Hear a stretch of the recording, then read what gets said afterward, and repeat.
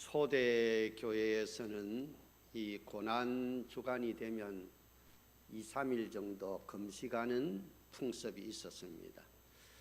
기독교가 로마에서 국교로 공인된 3, 4세기 이후에 사순절이라는 절기가 생기게 되었습니다. 그때부터 교우들 중에서 경건한 분들이 하루에 한 끼씩 금식하며 기도하는 운동이 일어났습니다. 그러면서 주님의 마음을 닮아가자라는 운동이 펼쳐져서 토마스 아퀴나스의 그리스도를 본받아라는 그런 운동이 적극적으로 나타났습니다.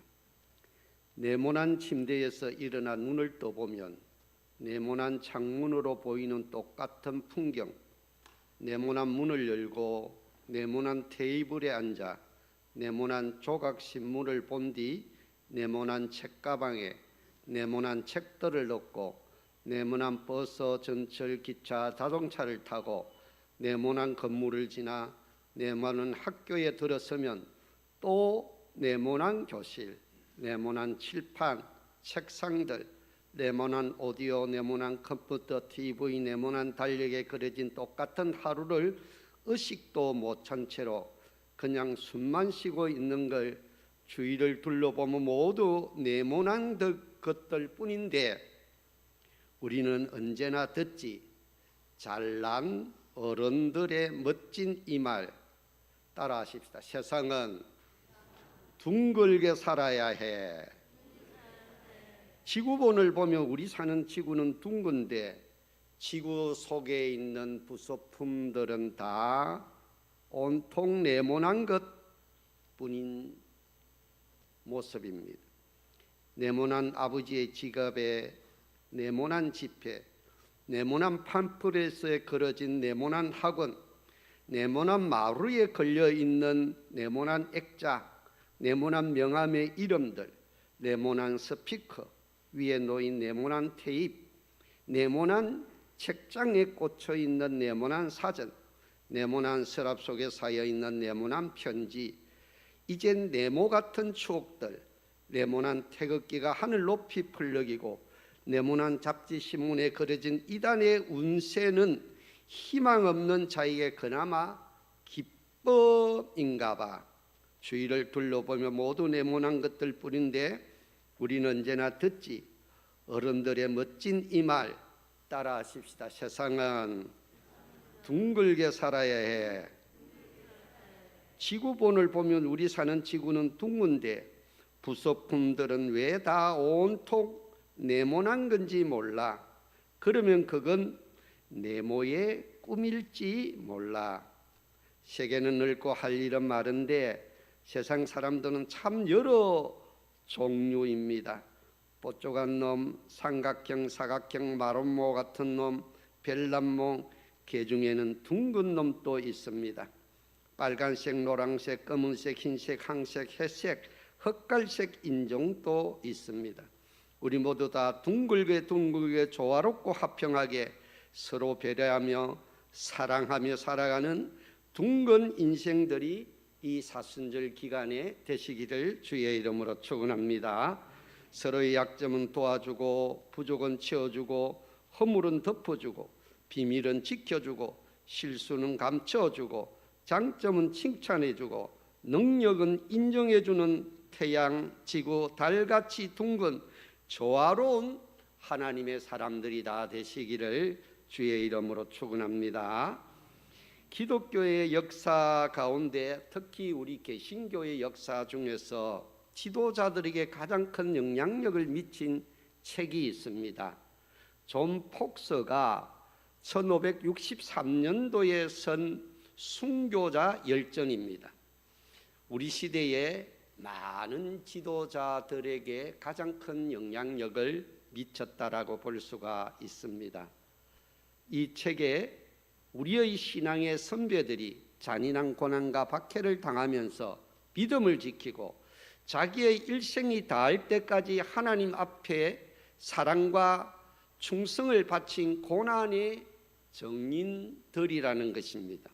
히브리서 11장에 나오는 이런 끔찍한 고난을 당하면서도 신앙을 부인하지 않고 믿음을 지키고 죽어간 선배들의 믿음은 우리에게 숙연한 감동을 줍니다.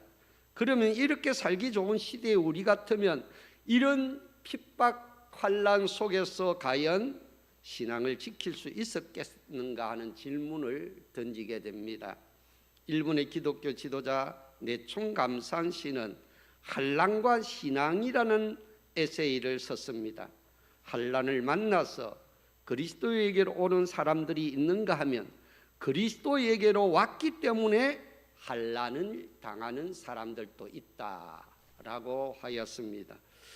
우리가 아는 침묵이라는 소설이 있습니다. 엔도 슈수사쿠의 작품인데 그 책을 저는 감동 있게 읽었는데 이 책에 보면은 일본 막부 시대에 그리스도인들이 당하는 핍박, 순교의 역사를 볼 수가 있습니다. 사실은 100명 중에 99명은 환난에 쫓겨다니면서 그것을 면하기 위해 예수 그리스도를 믿습니다. 환난을 만나서 그리스도에게 오는 사람이 있는가 하면 그리스도에게 왔기 때문에 환난을 당하는 사람들도 많았습니다. 환난을 자청하는 신앙은 비 오는 밤에 별처럼 보기가 힘듭니다. 그런데 하나님이 원하시는 믿음, 하나님이 기뻐하시는 신앙을 환난을 받아서 위안받기 위해서 예수를 믿는 것이 아니라 환난을 통과하는, 환난은 피하는 것이 아니라 환난을 이기는 신앙인의 모습을 성경은 가르치고 있습니다. 오늘 우리가 읽은 디모데후서 1장 6절에서 18절 말씀은 사도 바울의 영적인 아들이요 제자인 디모데에게 오늘 이 본문 속에 자세히 보면 오직 하나님의 능력을 따라 복음과 함께 고난을 받으라 라고 말씀을 하시고 있습니다. 기독교의 철학자 케일케고르는 복음과 함께 고난을 받으라는 이 메시지야말로 기독교 신앙의 극치요, 기독교 신앙의 본질이라고 하였습니다. 그래서 그분이 남긴 책이 복음과 함께 고난을 받으라입니다. 욥기서 5장 7절에는 우리의 삶의 많은 부분이 고통과 눈물 속에 지나간다고 했습니다.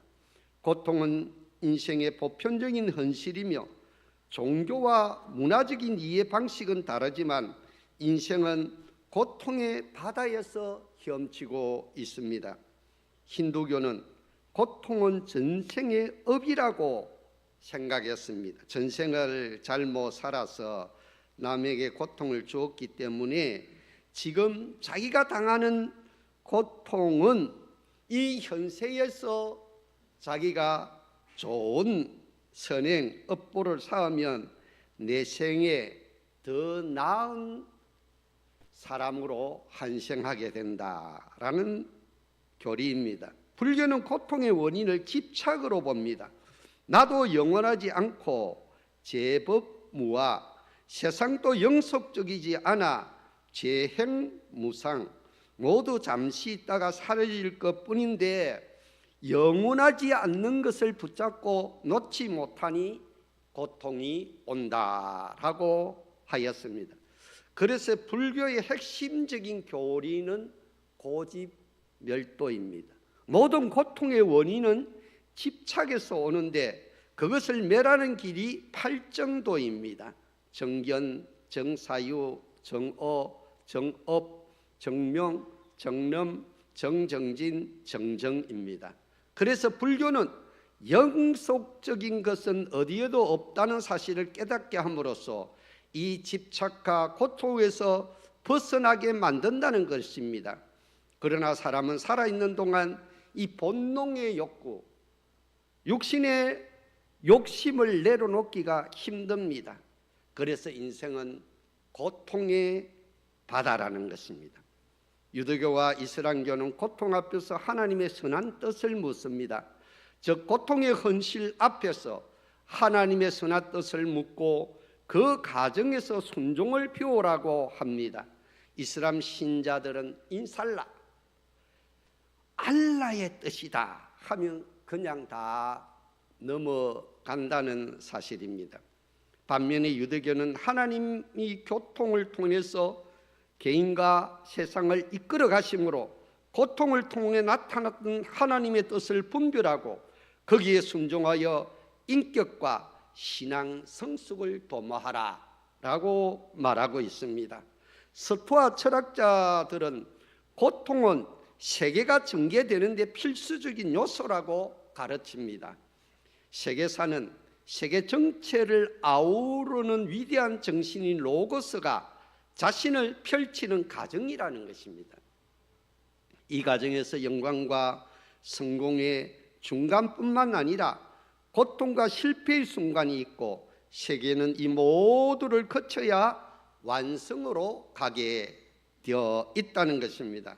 그래서 고통을 회피하고 두려워하는 것은 어리석은 짓이며 그 고통이 올 때 위축됨이 없이 상황을 평안히 받아들이고 견디는 것이 지혜로운 성숙한 생의 태도다라고 말하고 있습니다. 로마 고대인들은 이런 생각 가운데 수치와 명예라는 틀로 한 인간의 사람됨의 크기를 판단했습니다. 한국의 선비 문화에 의하면 고통은 인격의 수양을 통해 이겨내는 것이라고 합니다. 선비는 인생의 성공에 자만하지 않고 실패에 담담하며 고통이 오더라도 그것을 꿋꿋이 참고 견디는 가운데 성숙해가는 사람입니다. 이 과정을 잘 견뎌낸 사람을 내적으로는 성인이 되고 외적으로는 제대로 다스리는 사람, 내성외왕이라고 합니다. 그러기 위해서는 먼저 자신을 수용하고 가정을 다스리는 연유해야 나라를 이끌고 마침내 온 세계에 평화를 가져올 수 있다는 사상이 수신제가 치국 평천하입니다.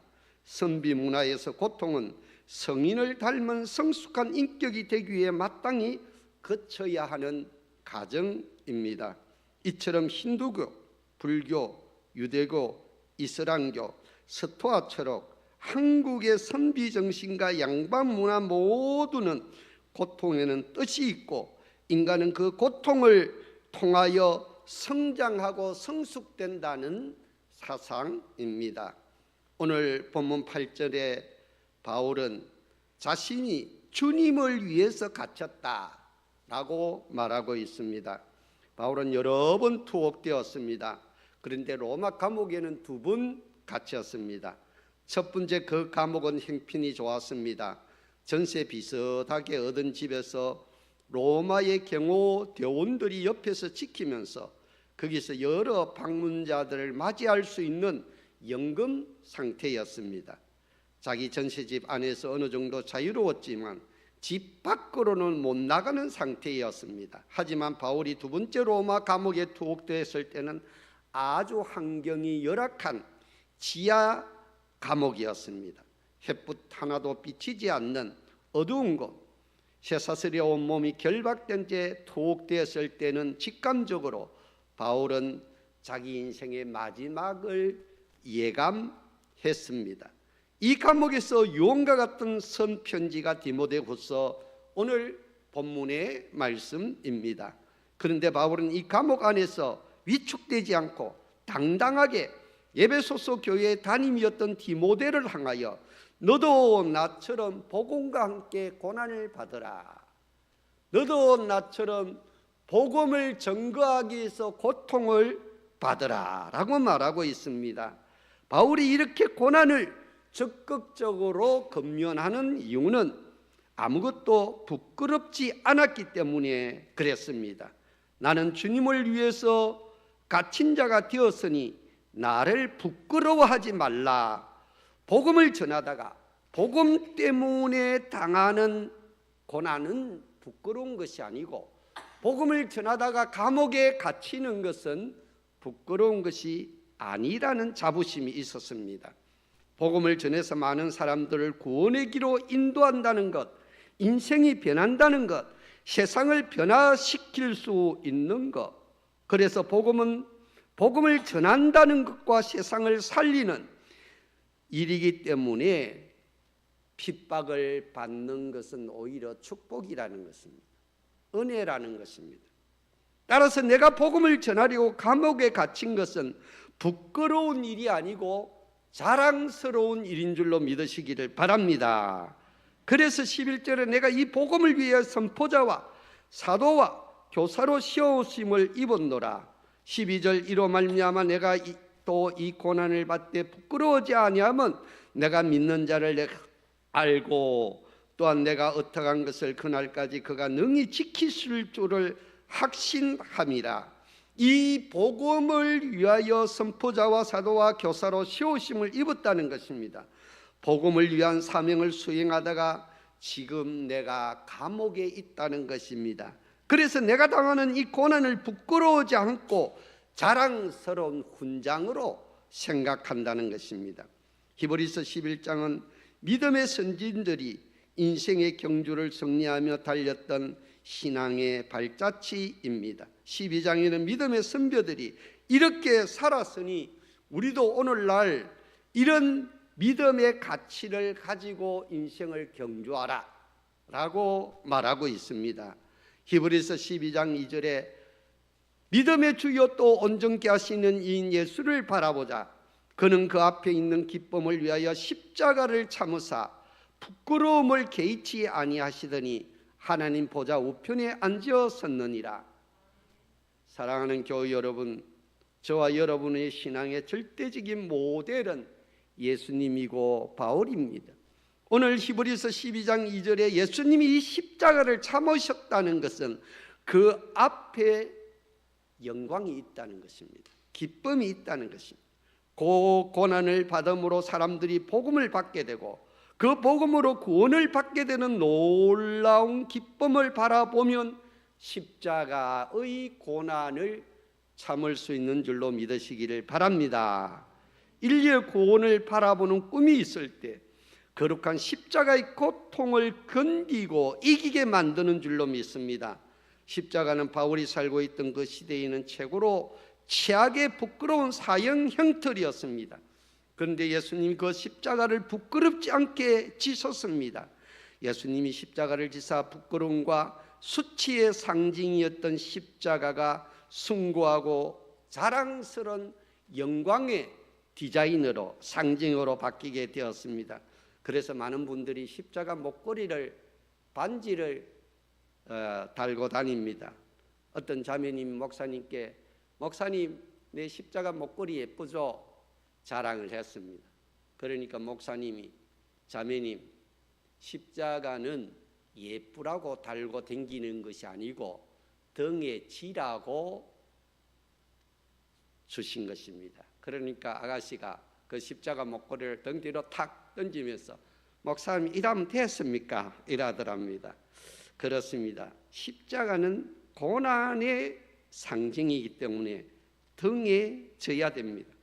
우리는 핍박을 부끄러워하지 말고 박해를 모욕으로 생각하지 말고 고난당하고 투옥되는 것을 부끄러워하지 말고 위대한 소명받은 사람들을 옳은 대로 인도하기 위해서 이웃을 구원하기 위해서 고난을 짊어지는 희생을 자랑하는 하나님의 사람들이 되시기를 주의 이름으로 축원합니다.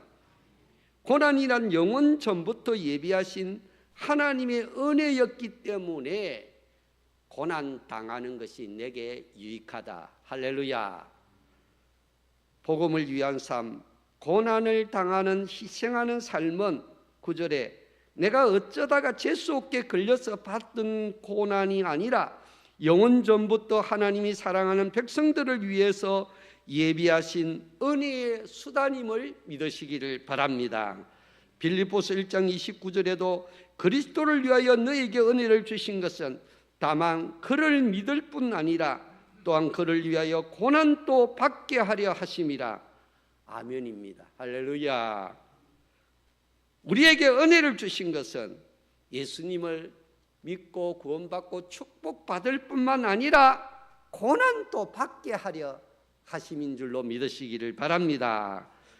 고난은 하나님의 경륜 속에 포함되어 있고, 어떤 사람들은 이 고통이 죄 때문에 오는 경우도 있고, 자기가 잘못해서 실수 아니면 잘못 판단을 해서 오는 경우도 있습니다. 우리가 잘못 살아서 생기는 고통은 회개하고 바꾸면, 신앙 때문에 오는 고통은 인내하고 견디어야 되고, 불의와 거짓 때문에 밀려오는 고난은 하나님의 손에 맡겨야 됩니다.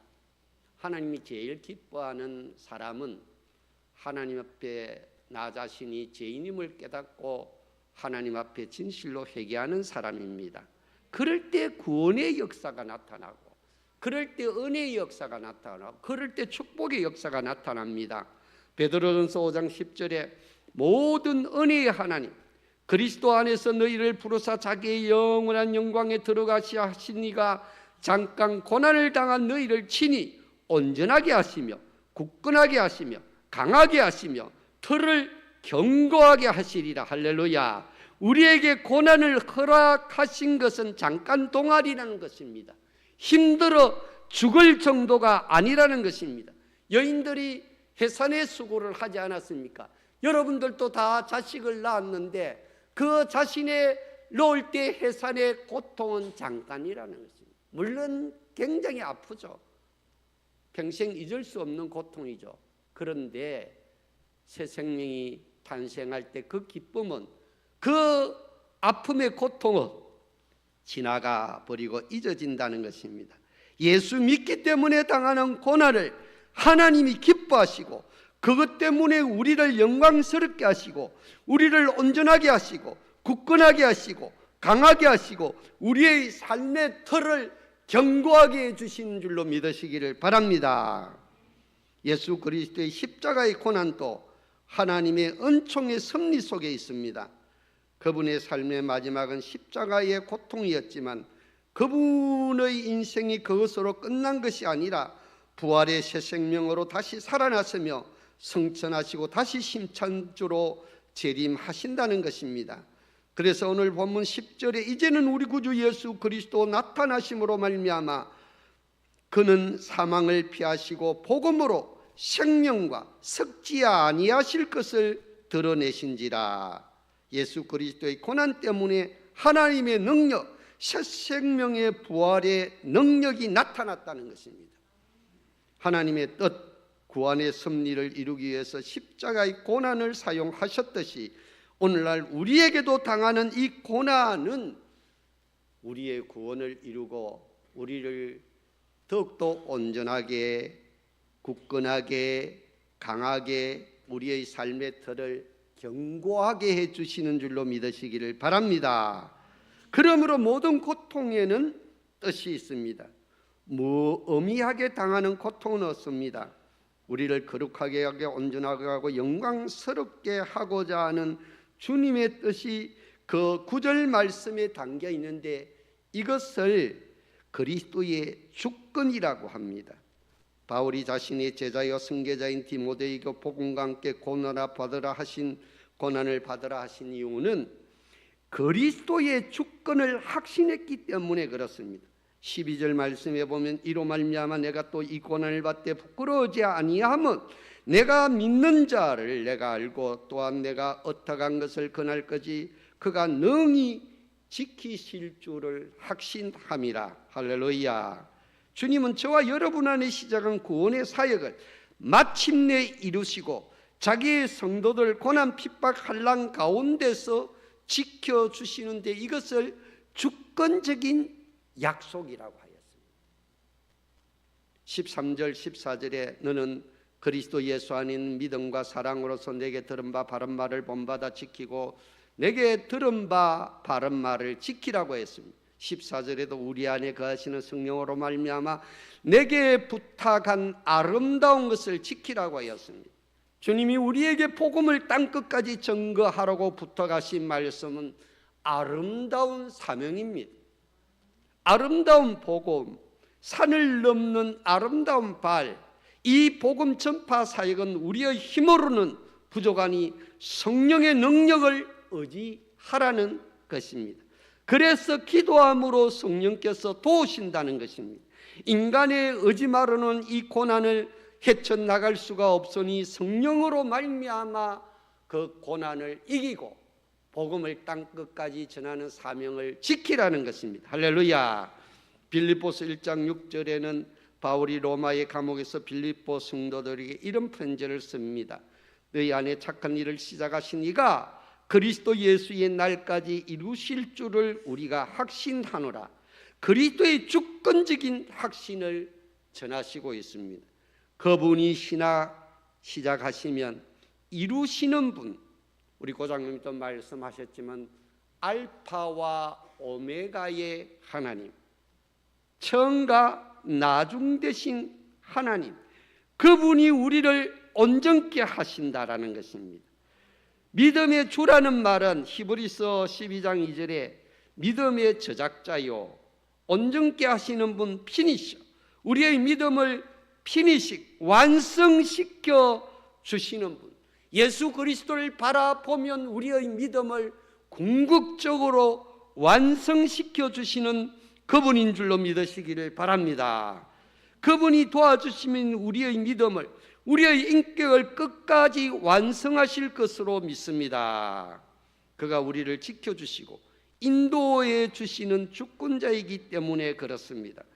물론 그 가장 평탄치 않고 그 고통은 견딤이 쉬운 일이 아닙니다. 바울도 자신의 믿음을 지켜나가는 여정에서 역경과 고난과 위기를 맞이했습니다. 마지막 위기 로마의 지하 감옥에서 사형을 기다리고 있었습니다. 바울은 이미 죽을 준비를 했기 때문에 순교는 두렵지 않았습니다. 그런데 과거에 자기를 도왔던 사람들, 바울의 동력자였던 분들이 더 이상 바울을 돕지 않기로 했다는 소문이 들렸습니다. 그 소문을 들을 때 마음이 아팠습니다. 바울이 두 번째 감옥에 들어가니까 바울을 부끄러워했다는 것입니다. 그리고 바울을 예면하였습니다. 아무도 바울은 마지막 재판을 받으면서 증인들이 필요했을 것입니다.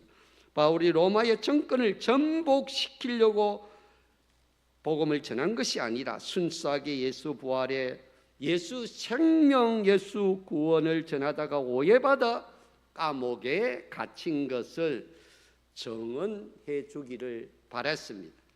그래서 바울은 이미 소아시아 교회에 연락을 했습니다. 그런데 투르기어, 지금 터키 에베소에 목회하던 교인들 중에 재판성의 증인이 되어주면 좋을 것이었는데 이것을 바울의 부탁을 거절했습니다. 이제 더 이상 바울을 도울 필요가 없다. 우리는 바울이 부끄럽다는 결론을 15절에 내렸다. 아시아에 있는 모든 사람이 나를 버린 이 일을 내가 안하니 그 중에 부켈로와 흐모게네도 있느니라.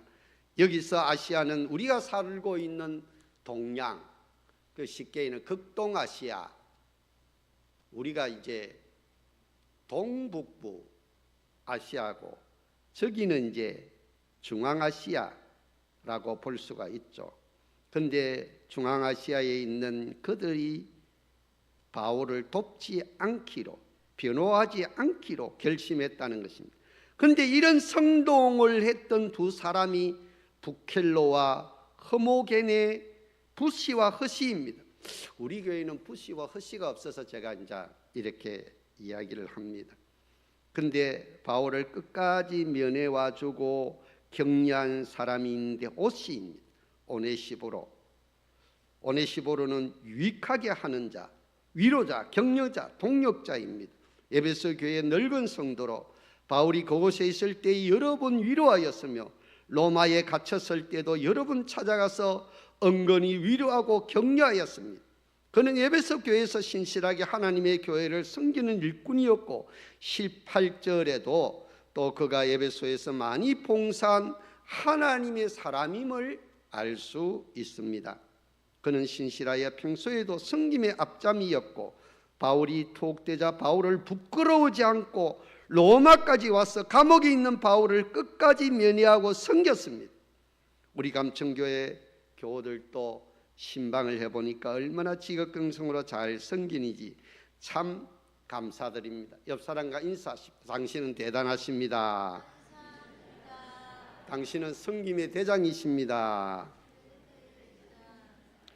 지금 터키에서 로마까지 가는 것도 쉬운 일이 아닙니다. 그 당시에 투르기어 에베소에서 이탈리아 로마까지 가는 길은 멀고도 험하고 비용도 많이 들었습니다. 그런데 그분은 자주 찾아와서 부지런히 격려해 주었습니다. 바울 주변에는 배신자들이 많아 바울을 낙심케 했습니다. 그런데 바울은 환난 가운데 낙심하지 않았던 이유는 오너의 시보로 같은 격려자가 있었고 끝까지 바울의 전도, 선교, 소명의 길을 물심양면으로 도왔던 오네시보로 바나바 같은 인물이 있었습니다. 우리가 이 세상을 살아갈 때 우리를 배신하는 사람들 때문에 낙심하지 마시기를 바랍니다. 그런 가운데서도 우리를 위로하고 격려하는 사람을 힘입어서 다시 일어나 소명의 길, 사명의 길, 복음 전파의 길, 성김과 봉사의 길을 다 가는 하나님의 사람들이 되시기를 주의 이름으로 축원합니다.